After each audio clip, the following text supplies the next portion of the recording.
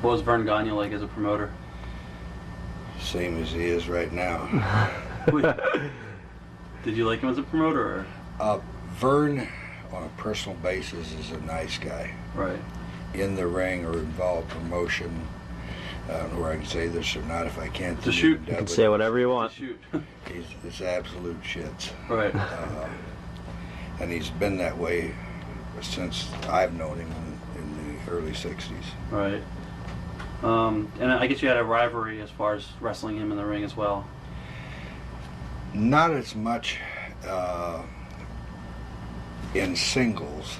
I was primarily teamed up with Larry Henning there. Right. And we were AWA tag champions 4 or 5 times back and forth. And the only reason why I left there, we were in a match in Winnipeg, Canada, and the referee fell into Henning's knee and tore his knee out. And it was about a 2-year process, and after about 6 months of being in singles around Minneapolis, and Dick Byers had just come in as a destroyer, as Mr. X there, or right. Dr. X, and him talking to me every day about how great I'd get over in Los Angeles.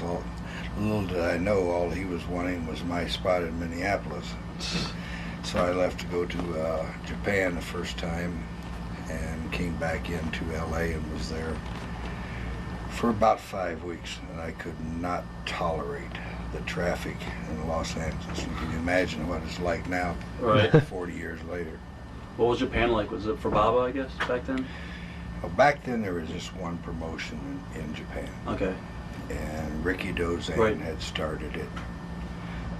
He had just died, and Mr. Ito, Giant Baba was a small portion of it at that time. Mr. Sato, and I forget the other guy's name. There was 4 of them. And again, as over time, that they have how many promotions are over there now, but there's several of them. Right. Was it hard to adjust to that style? No, really, I went there and changed the style in Japan. First week through there, back then it was 7-week tours. Right. First week through, I had every American wrestler dead hot at me. Because I was actually doing something for the Japanese. I was flying for them, taking bumps for them. And the Americans would go over there like a holiday.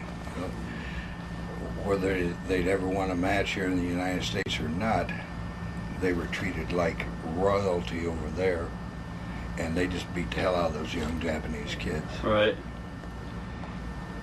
And I'd come through that myself, and I thought, well, if you're going to go anywhere here, which I planned on doing, then I was going to make them look like they were capable of beating me. Right. What were some of the other Americans as far as on the tour with you that you... On the first tour over there, I took Dick Murdoch with me, which was his first tour. Buddy Austin had been there a lot of times. Baron Sakona was there. Mike Paducas. On the end of the tour, Dick the Bruiser came in for a week. Right. So overall, they always kept, or tried to keep, middle of the road type talent out of the States coming over there. So they didn't have to pay those real big figures back then. But I was the highest paid person on the first time appearance ever to go to Japan. When you came back, what promotion did you come back to? St. Louis again? Came back into the, never was St. Louis promotion. Kansas it was City. Kansas City, St. Joe, and then St. Louis was a separate part of it, and Sam Mushnick plus us owned it. I came back into the Kansas City area, and I think I made one more short trip through Minneapolis at that point. Right.